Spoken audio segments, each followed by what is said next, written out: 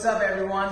Welcome to the Barista's Coffee School. As I'm going to show you a quick tips on कसरी चाहिँ कफीको grind adjustment गर्ने. Now यो ग्राइन्डरमा basically adjustment ring भनेको यो हुन्छ जहाँ चाहिँ तपाईको कफी चाहिँ कोर्स निकाल्ने कि आइडल निकाल्ने कि फाइन भन्ने कुराहरु. So I'm going to teach you that. So in this adjustment ring तपाईले यहाँ मुनि देख्न सक्नुहुन्छ. सो यदि तपाईले कोर्स गराउनु पर्यो भने यतापटि घुमाउने अनि फाइन गराउने भए यतापटि घुमाउने भनेर लेखिएको हुन्छ. सो बेसिकली यसको यहाँ चाहिँ एउटा लक सिस्टम हुन्छ. यो लक सिस्टम चाहिँ थिच्ने पर्ने काम हुन्छ.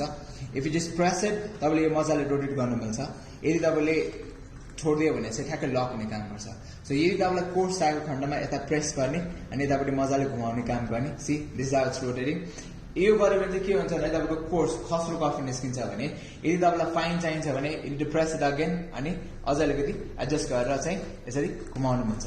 So likewise what you can do as तपाईलाई एक्ज्याक्ट आइडल ग्राइन्ड कफी कुन चाहिँ चाहिन्छ त्यो चीज गर्न मिल्छ.